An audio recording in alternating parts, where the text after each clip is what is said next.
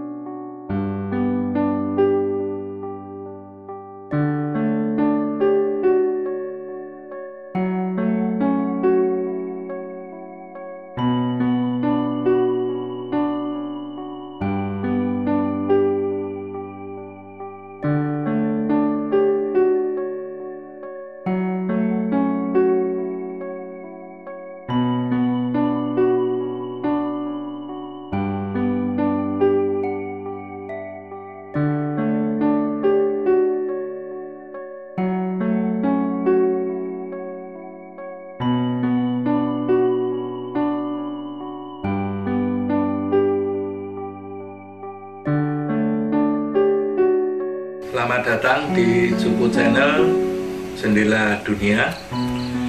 Kali ini kita akan ngobrol tentang pagebluk. Nah, sebenarnya apa itu pagebluk, Mbak Sulis? Terima kasih ya. Seperti yang kita alami 2 tahun ini ya, kalau di Jawa ini bisa dikatakan pagebluk. Pagebluk itu suatu bencana yang menimpa suatu kawasan. Jadi bukan hanya satu keluarga atau individu. Kalau satu keluarga ya pagebluk untuk keluarga ini, tapi kan ini ke satu kawasan ya pagebluk ini dirasakan oleh semua orang. Kalau sekarang dirasakan oleh dunia. Sebenarnya pagebluk ini kalau di Jawa itu tetangger atau tanda-tandanya sudah terlihat dari zaman dulu ya, seperti para pujangga keraton sudah meramalkan adanya huru-hara atau satu kejadian yang luar biasa di tahun genap, tahun kembar. Jadi memang ada tanda-tanda itu sendiri yang perlu diperhatikan. Biasanya sebelumnya itu tanda-tanda biasanya bisa bermacam-macam. Salah satunya itu berwujud kalau bisa dikatakan itu teluh brojo atau sinar yang terlihat di langit menetes cahaya ya? Cahaya itu biasanya beberapa tahun sebelumnya sampai menjelang itu biasanya ada, atau malah mungkin banyak, atau karena sekarang mungkin tidak terlalu diperhatikan ya. Kalau zaman dulu sebelumnya pasti ada itu tanda-tandanya seperti cahaya itu. Teluh brojo itu wujudnya cahaya yang di atas itu melintas, warnanya merah, kemudian netes. Nah, itu membawa penyakit. Tetesannya itu ya cahaya gitu. Iya, cahaya menetes. Seperti kalau kita membayangkan itu seperti kalau karet dibakar, kemudian tetesannya itu menetes itu. Kayak kembang api tetes. Iya, kembang api. Ya, seperti kembang api tetes. Itu menetes, tapi warnanya merah. Itu membawa penyakit. Kalau zaman dulu seperti itu. Bahkan kalau zaman dulu itu masih ada suatu kejadian-kejadian yang menyertai pagebluk itu, seperti adanya keranda berjalan atau keranda itu mengitari kampung, terbang ya terbang itu masuk ke kampung itu, dia lewat di depan rumah itu biasa zaman dulu, sekitar jam ya kalau zaman dulu ya jam 7 udah gelap sekali tuh. Dan itu udah lewat, itu menurut cerita-cerita zaman dulu. Kemudian ada apa itu, kalau zaman dulu banyak hal-hal yang mistis itu, seperti apa tengkorak, jalan jerangkong itu bahasa Jawa nih. Terus apa keblak, oh iya keblak, blok itu kayak ayam itu. Kemudian dulu empreng itu juga empreng atau apa bahasa Indonesia ini, pohon bambu ya, pohon bambu itu bisa turun sendiri itu menutupi jalan. Itu hal-hal yang menyertai suatu pagebluk itu. Tanda-tanda adanya atau tanda-tanda mau mulai apa itu pas pagebluknya? Itu pas pagebluknya. Kalau yang mulai itu cahaya kan tadi Teluk Brojo tadi. Karena ada bermacam-macam cahaya yang menandakan akan terjadinya sesuatu yang penting di suatu kawasan tersebut. Salah satunya itu Teluk Brojo itu karena pagebluk. Ada lagi lintang kemukus atau kalau sekarang itu disebut meteor.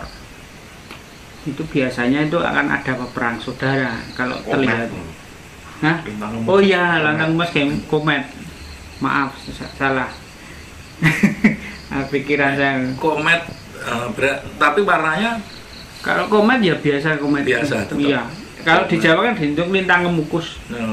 Itu. Nggak, naik Teluk Brojo tadi kan merah. Nah, kalau Teluk Brojo itu di luar antariksa, tidak di antariksa, tapi ada di sini, di bawah paling itu. ketinggian Satu pohon kelapa lah. Ya, di atas itu ya. Bangsa 20-30 meter.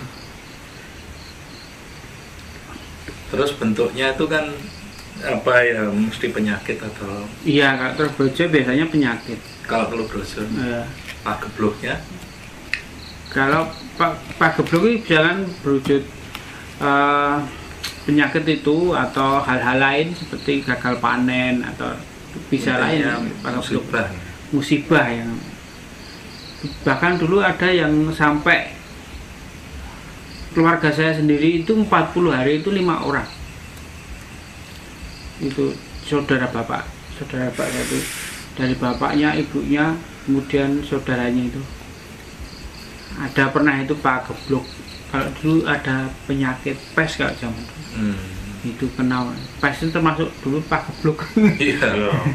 Pokoknya sesuatu yang musibah yang dialami banyak orang di satu wilayah mungkin ya. Pagebluk itu. Mungkin Mbah Buta bisa ngapain?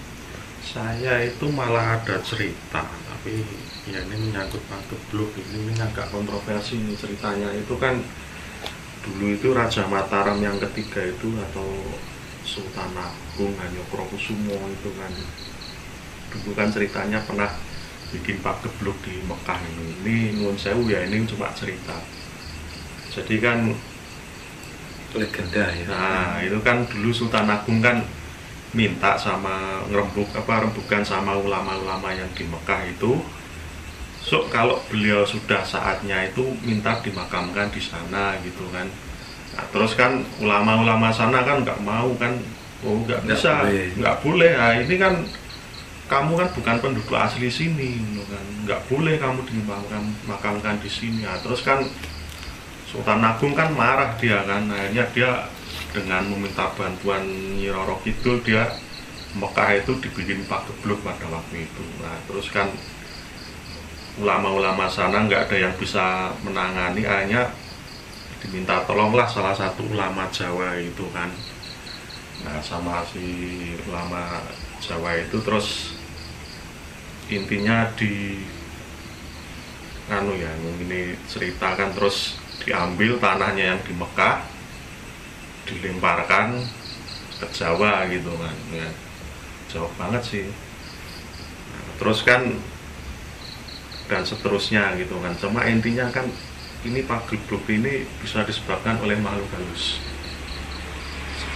di atas perintah manusia, atau karena bisa jadi karena manusianya itu sendiri dia bikin kesalahan gitu loh.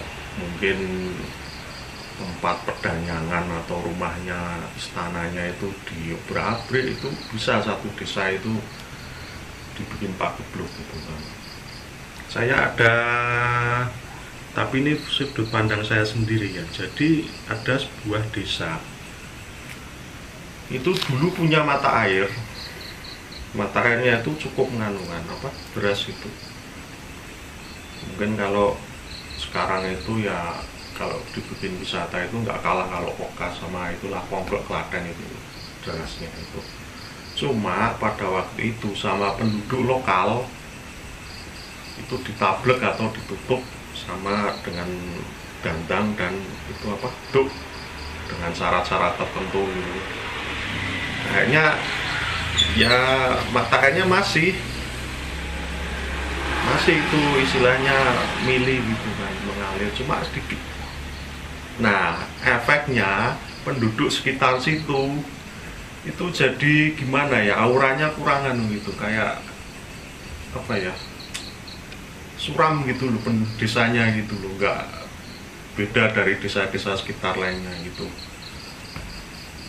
Saya menyangka wah ini kalau ada mata air gitu kan, itu ya mbok sebaiknya dimanfaatkan, jangan ditabrak atau ditutup. Itu kan bisa bikin pagebluk tapi secara tidak langsung gitu, istilahnya kayak menutup rezeki gitu loh. Nah itu juga kalau bagi saya bisa dimasukkan dalam pagebluk. Nah terus ada lagi cerita itu waktu saya belusukan di daerah Klaten itu kan, itu ada sebuah batu besar gitu kan. Ya batu itu ya komponen candi gitu kan. Ini kata orang sana gitu kan. Dia para penduduk itu bilang, "Mas, ini biar di sini dulu, jangan dipindah. Ini kalau dipindah, saya nggak tanggung jawab kalau ini kalau dipindah, sampean-sampean yang tanggung jawab kalau sedesa ini nanti kena penyakit gitu." Dia sampai berani bilang begitu. Dalam hati saya, wah ini berarti pernah kejadian ini. Gara-gara batu besar itu dipindah, terus kawasan itu jadi meriang tak apa itu, jadi bisa menyebabkan pagebluk itu. Karena yaitu keberadaannya si makhluk halus pendukungnya itu diusik gitu. Ya, jadi pagebluk itu tidak lepas dari penyebabnya itu keberadaan makhluk halus, salah satunya loh ya. Itu juga ada itu kan, kalau cerita-cerita itu ada istilahnya pohon beringin besar atau pohon yang dikeramatkan ditebang, terus di sekitarnya itu mungkin banyak yang kesurupan atau ada penyakit aneh, itu juga ada cerita yang kayak gitu.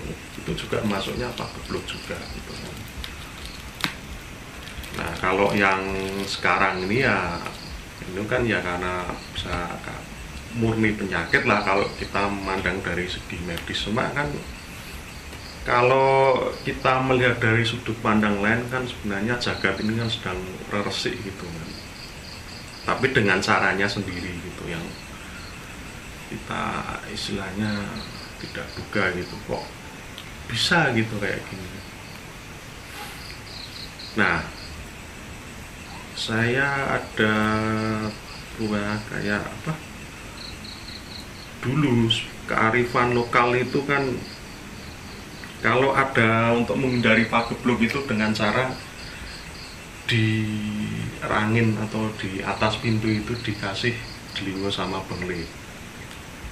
Iya. Nah, itu konon katanya itu juga bisa untuk menghindari pagebluk itu. Sama atau kayak anak-anak kecil kalau ditemplek itu tuh. Nah itu di rasawanen gitu kan. Ada juga yang dengan serono itu kayak ronce itu jenenge pari itu juga ada gitu. Jadi ya macam-macam lah, tergantung keyakinan masing-masing. Dulu juga di Jogja itu beberapa tahun lalu juga sempat beredar untuk dengan itu loh, apa, jangan lodeh itu, sayur lodeh itu kan ada yang 7 macam, ada yang 11 macam gitu kan. Itu juga salah satunya untuk menghindari pagebluk itu. Nah, seperti itu kisah-kisahnya kan. Jadi ya banyaklah kalau kita mau mengumpulkan cerita-cerita tentang pagebluk itu di sekitar kita itu. Iya, Mas Agung. Mas Rino. Iya. Kadang pagebluk itu sendiri itu tidak lepas dari campur tangan manusia. Jadi entah manusia itu yang salah mengolah alam atau salah berperilaku dengan alam atau dengan gaibnya alam. Jadi sebenarnya kalau dari cara pandang saya, biasanya sih terjadi karena perilaku manusia itu sendiri. Dari banyak kisah-kisah yang ada itu karena itu sendiri. Dan yang namanya pagebluk itu kadang dalam beberapa literasi yang saya baca, kalau zaman dahulu itu pagebluk pasti terjadi. Yang bisa dilakukan manusia itu adalah meminimalisir. Jadi contoh kayak pagebluk perang.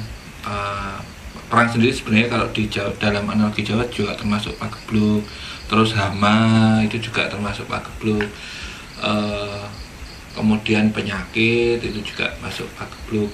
Sesuatu kejadian yang memang berdampak pada masyarakat yang luas. Bisa jadi itu dalam kategori pagebluk dalam versi Jawa. Dan dalam versi Jawa juga diceritakan ketika pagebluk itu ya memang tidak bisa dihindari, tapi bisa diminimalkan dampaknya. Itu yang pertama. Yang kedua, dalam pengertian saya, kalau pagebluk itu sebenarnya sesuatu yang memang di luar jangkauan manusia. Jadi kalau di dalam jangkauan manusia ya bukan pagebluk, karena masih pasti bisa diusahakan. Contoh, katakanlah kayak hama tikus katakanlah.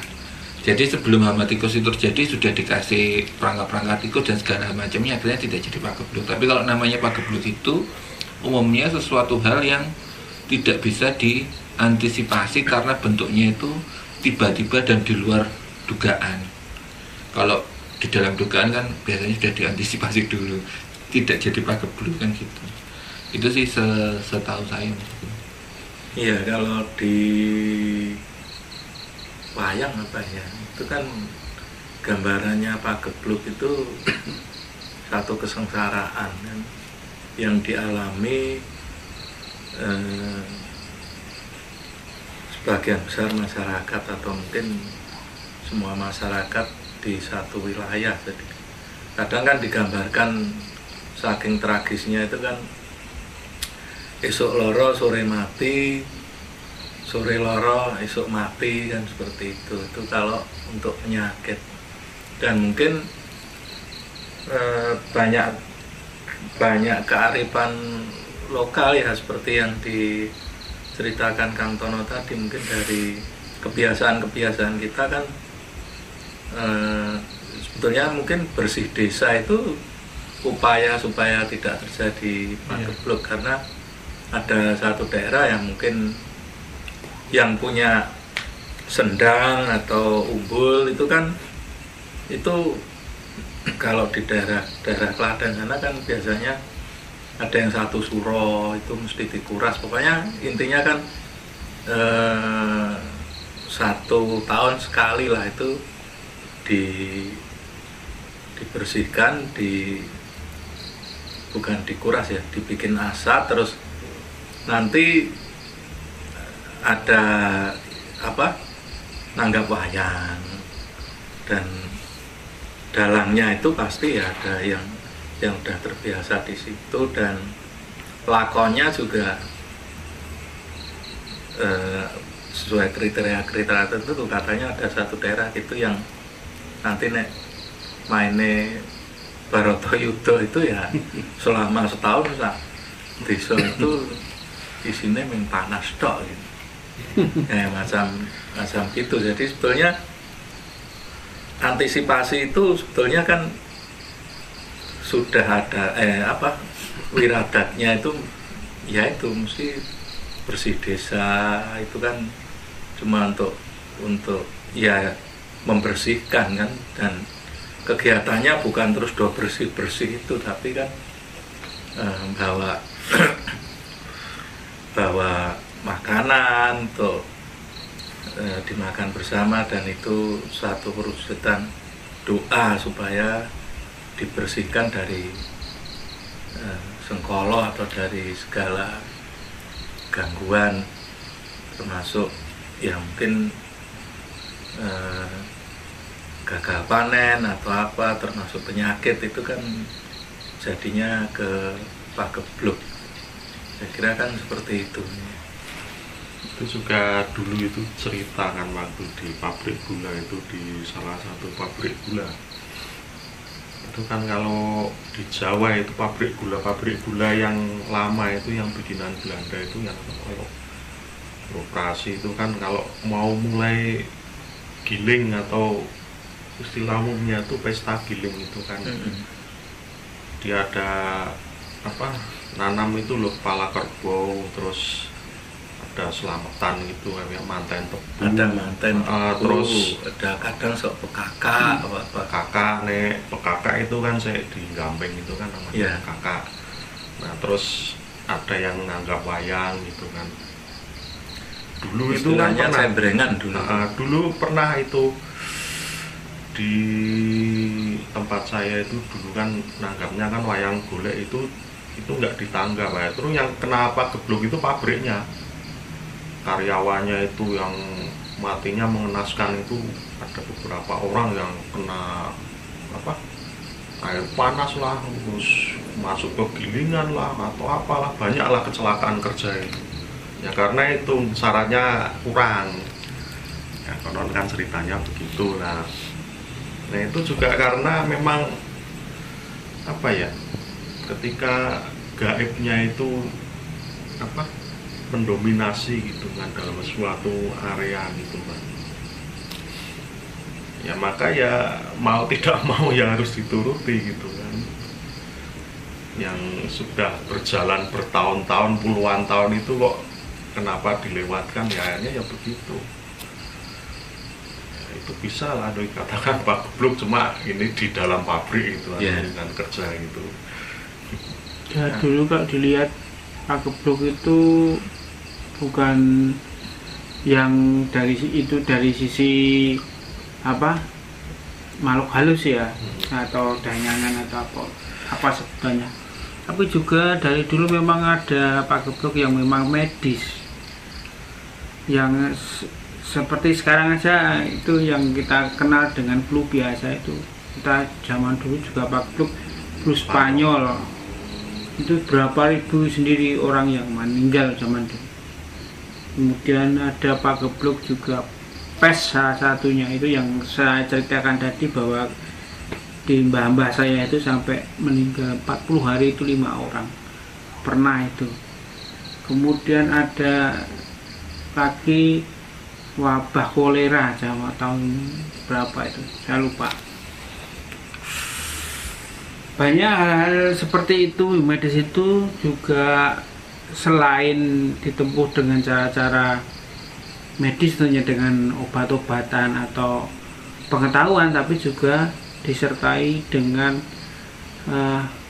laku spiritual untuk menghindari Pak Geblok itu. Antara lain kalau zaman dulu seperti kolera itu panjenengane Pondoro Purbo yang sekarang Semari di Semaki itu zaman dulu menyuruh orang-orang untuk kungkum di kali zaman dulu. Pada waktu itu Cali Code itu masih ada bau-bau belerang karena habis dari Merapi ya. Dari Merapi itu. ternyata itu merupakan imun tersendiri, menambah imun para penduduk. Jadi pada wabah itu banyak yang terselamatkan. Ada dulu yang wabah pes zaman dulu itu, kalau bapak saya dan keluarga itu sampai tidak tidur di dalam rumah, memang tidurnya di luar rumah supaya supaya terhindar dari pagebluk itu. Karena kalau di tenda itu ada semacam tadi yang saya bicarakan itu, ada trobojo itu, kalau itu mandek di rumah seseorang itu kena, itu besok ada yang meninggal. Walaupun siangnya nggak apa-apa, tapi pagi harinya bisa meninggal itu orang. Sampai seperti itu. Dan itu ditirakati tidur di luar rumah. Kalau zaman dulu sampai 40 hari itu di luar rumah, itu baru berhenti. Nah, kemudian dari zaman dulu lagi itu ada yang pagebluk itu ya sampai, karena siang nggak apa-apa, besok paginya meninggal itu. Tapi juga ada kisah-kisah yang mengharukan juga. Ada yang tahu-tahu sudah dikubur, besok tahu-tahu datang sehat. Jadi yang dikubur apa? Ternyata itu sudah mendekati akhir-akhir pagebluk ya. Ada yang datang yang setelah dikubur sudah diselamati, tahu-tahu orangnya kembali ke rumah. Dulu banyak yang kaget itu. Ternyata yang dikubur ya cuma kedebok pisang. Cerita-cerita zaman dulu. Berarti malah dulu tirakannya di luar ya? Iya. Kebalikan sekarang, harus di dalam. Ya. Ya mungkin tipe pagebluk yang beda. Iya. Ya karena memang antara jagat yang fisik ini kan dengan saat jagat goib ini kan sebenarnya nyambung kan. Kalau kita olah rasanya itu nyampe kan, termasuk yang sekarang ini kalau mau dinyanu ya sebenarnya nyambung kan, karena ya memang apa ya, kayak ada yang ngomong tuh sebenarnya kalau penyakit itu. Ya, semuanya kalau dikatakan ada yang ngomong, ada seperti zaman dulu itu ada wabah tikus. Nah, Itu ternyata tikus itu kalau bisa dirembuki, bisa diajak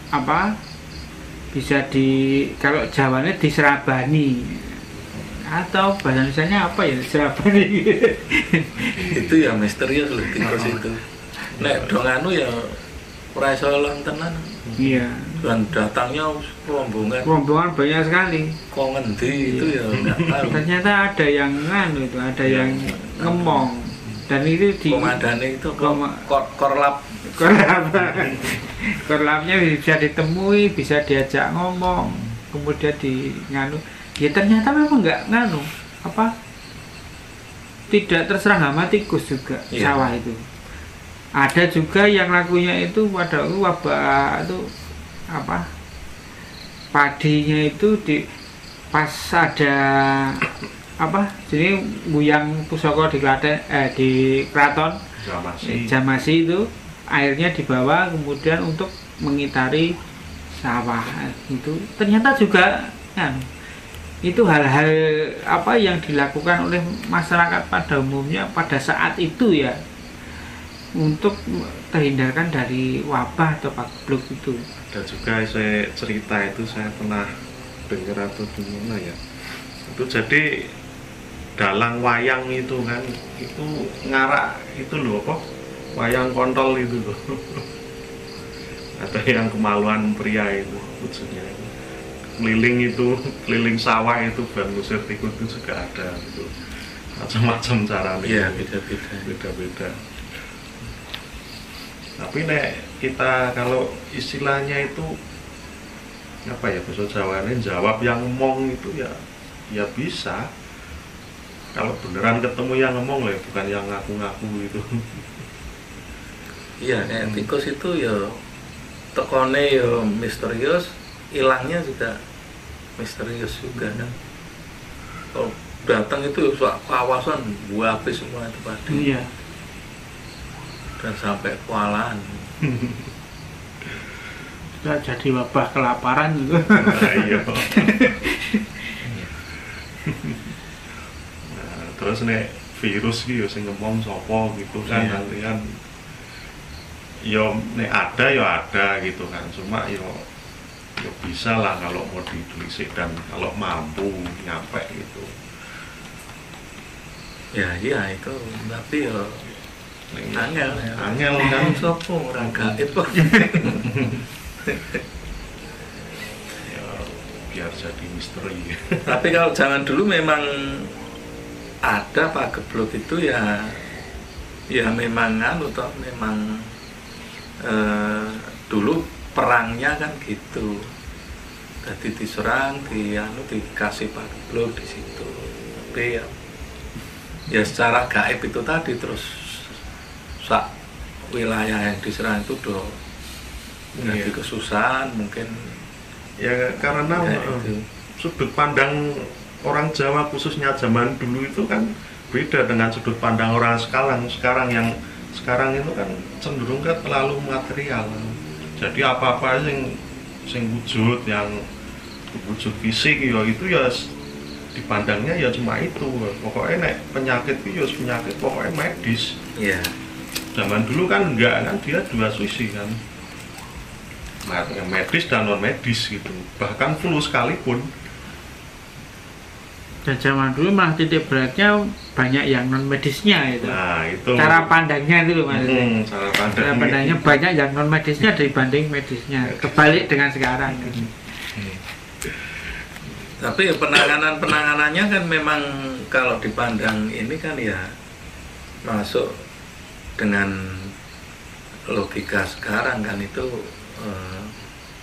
bersih desa, terus noto itu kan jadi orang jadi lebih nyaman, lebih itu kan jadi kalau untuk penyakit itu dia imunnya kan jadi naik, jadi lebih kebal ya. Iya, salah satunya bisa apa mengantisipasi untuk lebih kuat kalau terkena Wong penyakit. zaman dulu itu wong loro meriang iki mung diseblahin godhong awar-awar yo mari. sugestinya.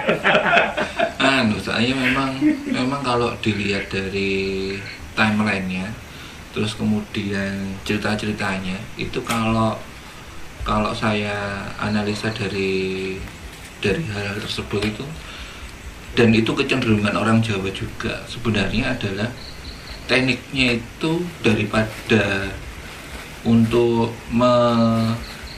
menghilangkan sesuatu hal yang buruk itu, daripada memasukkan sesuatu ke dalam badan, rata-rata mereka menggunakan memperkuat imun. Nah, cara memperkuat imun orang Jawa sendiri itu berbagai macam versi, mulai dari yang disebut ruatan itu dalam bahasa kekinian kadang disebut resetting, di-reset kembali, dikembalikan ke normal, atau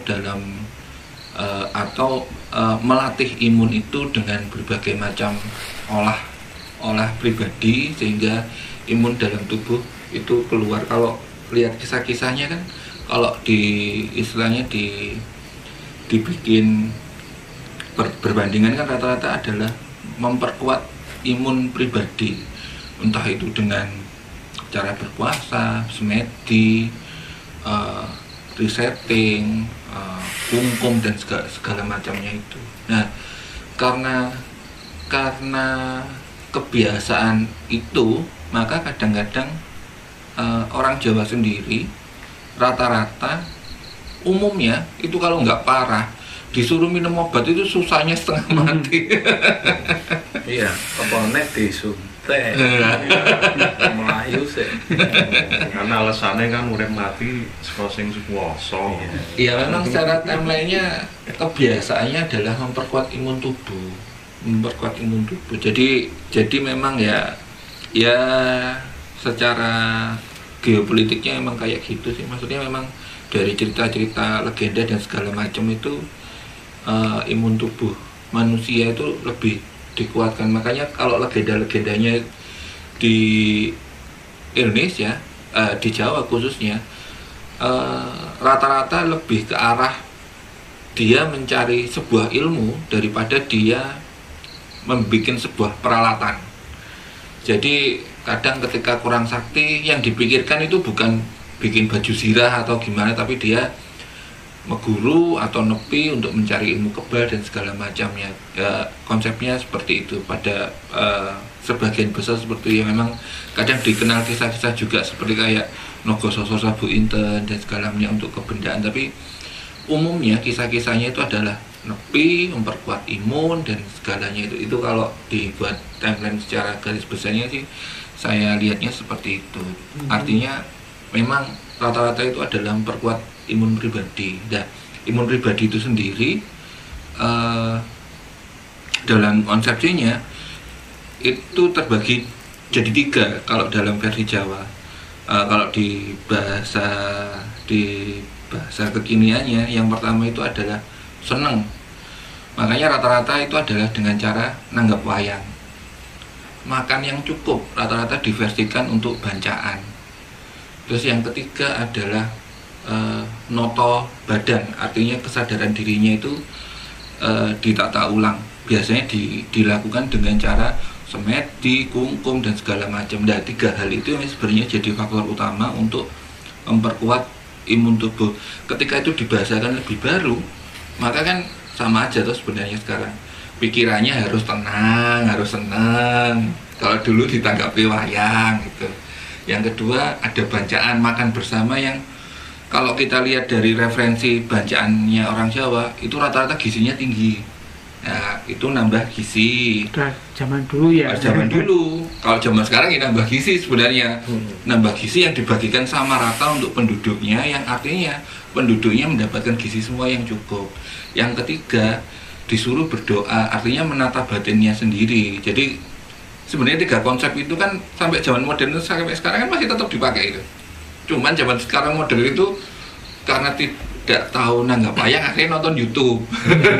Nah, kebetulan YouTube yang ditonton itu berita-berita menakutkan, tambah stres. Yang kedua, bancaan. Nah kan tidak boleh berkumpul, bancaannya gimana gitu kan, kalau nggak bisa makan juga tambah stres. Bancaan virtual. Iya. Terus kemudian ketika sendiri bingung, apa ya? Nah itu kadang-kadang yang bikin 3 hal itu yang kadang-kadang bikin imun tubuh semakin menurun sebenarnya.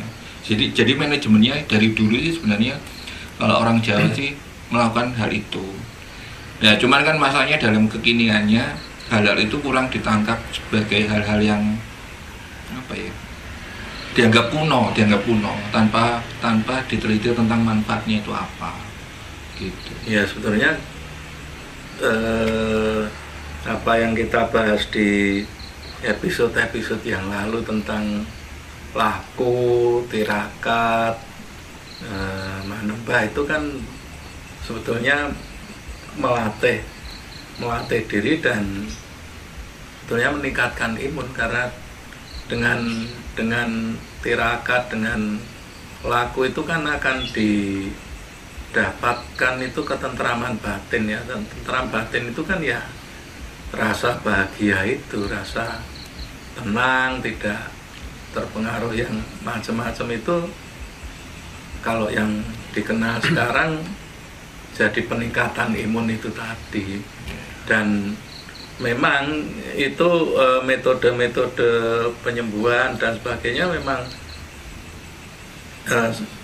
kalau dari luar kan paling maksudnya dari eksternal itu kan paling bangsanya jamu, tapi kadang-kadang ya masuk ke diri pribadi, jadi bukan ya, karena memang seperti yang saya sampaikan di episode yang awal-awal dulu, bahwa hakikatnya orang Jawa itu kan memandang bahwa diri pribadi itu makrokosmos dan alam semesta itu mikrokosmos. Nah ini kebalikan dengan pandangan Barat yang melihat secara fisik. bahwa makrokosmos itu yang gede ya alam semesta, mikrokosmos itu manusia. Nah, kecenderungannya sama sebetulnya, mencari solusi itu di makrokosmos. Nah, kalau di barat ya makrokosmosnya karena alam semesta ya bikin alat kan, di alam itu alatnya apa. Kalau orang Jawa itu makrokosmosnya itu pada akhirnya ada di manusia, ya dia melihat ke dirinya, dicari di dalam dirinya itu. Nah, misalnya kalau untuk itu jadi ilmu. Jadi kalau seperti itu, kadang-kadang kan pengobatannya kayaknya sepele, tapi ya dulu ya manjur itu tadi nek ming di kebuki daun itu nek dulu zaman cilik saya itu belekan itu ya, mata radang merah itu ameng nginguk longan gini gitu. Nginguk di bawah dipan gitu toh, pas maghrib itu harusnya. Mbah, balikno belekku itu. Yo mari yo. Untung bukan belum kamar mandi. Belum ada obat tetes. Berarti masih usianya masih ini. Kalau zaman saya itu berlaku. Dia nginguk gini, Mbah, balekku belekku. Sembuh. Jadi timpil lah. Sembuh itu pernah ngalami saya. Memang seusia mungkin ya angkatan saya ke itu masih dipakai gitu ya.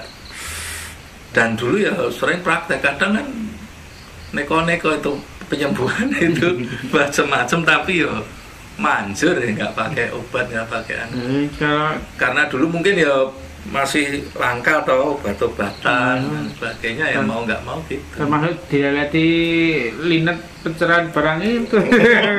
Tuh, ada lagi yang itu, yang sakit gigi pakai paku dipakoke pintu itu sakit giginya juga sembuh gitu. Artinya dia tidak sakit ya giginya, kalau bolong ya masih bolong tapi nggak sakit udah. Nah, itu sendiri kan kadang-kadang jadi kearifan lokal tersendiri. Liur itu bacin itu, jadi itu bangun tidur itu sampai urin. Nah, malah sekarang jadi terapi urin itu jadi ini, ada yang meyakini juga.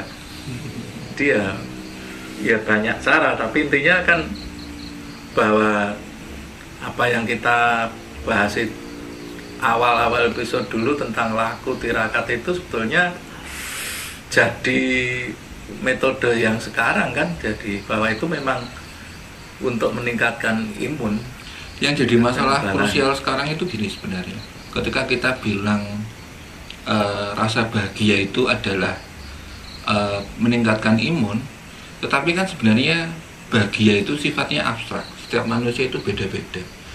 Jadi ketika dia bahagianya katakanlah dikasih mobil BMW, ya masa semua orang dikasih mobil BMW kan gitu. Jadi kadang persepsi bahagia itu sendiri adalah sesuatu hal yang harus dicari untuk setiap individu, dan setiap individu itu dengan jam terbang dan tatarannya sendiri-sendiri itu memiliki rasa bahagia dengan tatarannya mereka sendiri-sendiri.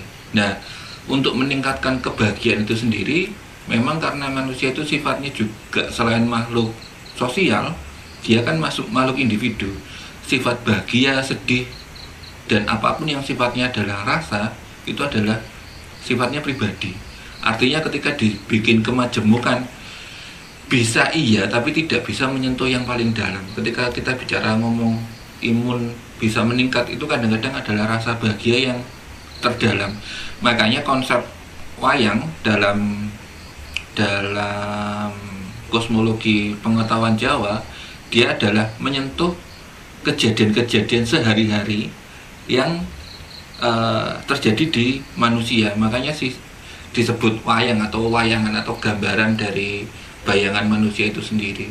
Makanya konsep pagelarannya adalah menyentuh hal-hal perilaku yang terjadi di sehari-hari, dan bagaimana toh biasanya untuk menyiasatinya dengan perilaku-perilaku yang umumnya terjadi di masyarakat. Makanya kenapa kok hiburannya umumnya biasanya wayang daripada ketoprak. Itu umumnya biasanya wayang. Kalau ketoprak itu kan biasanya dilakon yang adalah lakon-lakon tutur toh. Tapi kalau wayang sendiri kan biasanya muatan spiritualnya lebih banyak. Jadi hiburannya itu wayang yang muatannya spiritual, walaupun itu sifatnya ada hiburannya juga, tapi dia sifatnya spiritual. Apalagi lakon-lakon ruatan itu kan muatan spiritualnya banyak. Kemudian konsepsi tentang bancaan atau tumpeng sendiri itu biasanya konsepnya juga konsep-konsep dari spiritual yang mengandung gizi sehingga bisa dibagikan ke orang banyak. Dan kemudian konsep-konsepnya ketika nepi atau berdoa sendiri, mereka dari turunan dari konsepsi wayang dan bancaan itu sendiri. Jadi orang nyepinya itu dia sudah tahu karena ini dia sudah nonton dulu. Tapi kalau dia nontonnya adalah nonton yang murni hiburan kan dia nggak tahu nyepinya harus ngapain. Tidur terus juga susah. Wong saya sendiri tuh tidur di atas 8 jam juga susah. Mau 24 jam tidur ya ternyata ya nggak bisa, mau ngapa gitu. Kayak gitu-gitu. Ya sebetulnya kalau tirakat meningkatkan rasa bahagia itu ya karena ketentraman itu. Jadi sebetulnya ya nggak bisa di ini mas, kebahagiaan orang sendiri-sendiri dengan misalnya dia bahagianya dengan dapat mobil BMW itu ya nanti kalau dia udah dapat apa nggak bisa bahagia lagi kan, nggak bisa karena itu di dalam. Jadi dan mungkin tidak bisa kita mengatakan bahwa individu ini bahagianya karena ini. Mungkin dikasih yang lain juga akan bahagia. Itu kan nenggon rasa gitu. Jadi ya tetap aja rasa. Makanya kan dengan laku itu kayak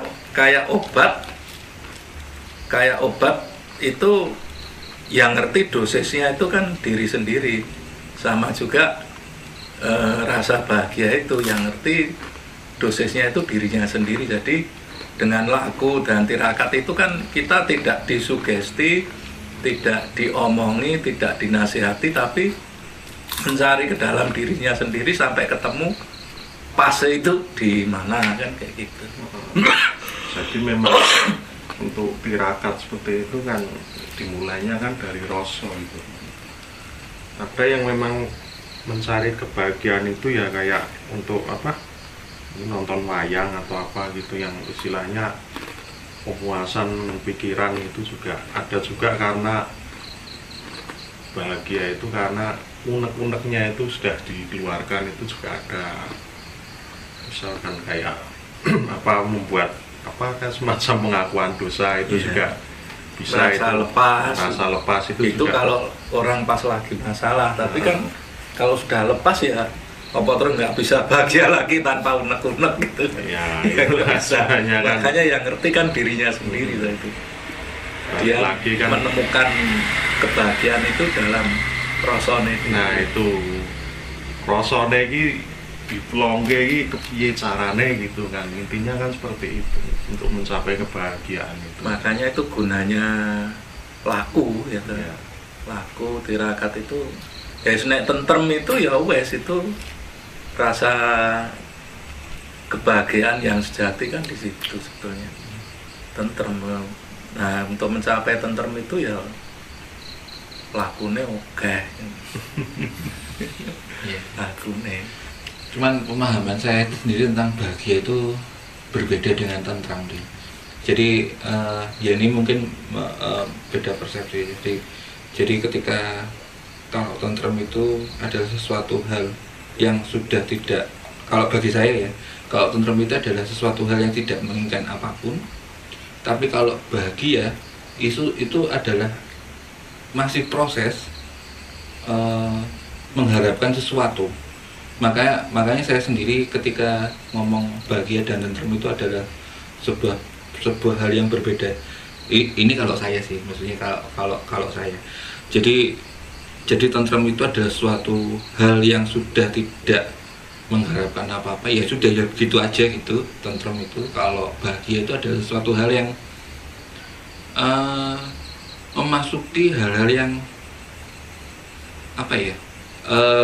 jadi kayak walaupun saya sendiri pernah dalam satu fase itu keturutan penggayu bahagia, walaupun saya rasakan sebenarnya bahagia maksimal itu kayak apa sih? Itu juga nggak ada wujudnya juga. Walaupun itu kembalinya ke tentrem juga. Tapi ketika dalam posisi tentrem itu tidak, kalau dalam versi saya itu tidak bisa disebut bahagia karena dalam posisi tentrem itu ya nggak ada apa-apa.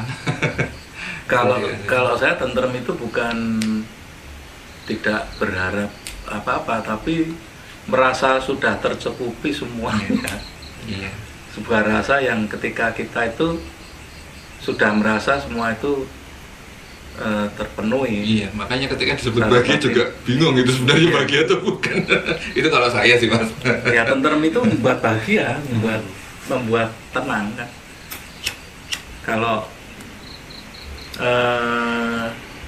Kalau gambaran seperti itu, jadi akan dekat bahagia itu dengan kesenangan, dengan senang itu nanti jadi bahagia itu kan jadi bagian nafsu, padahal kan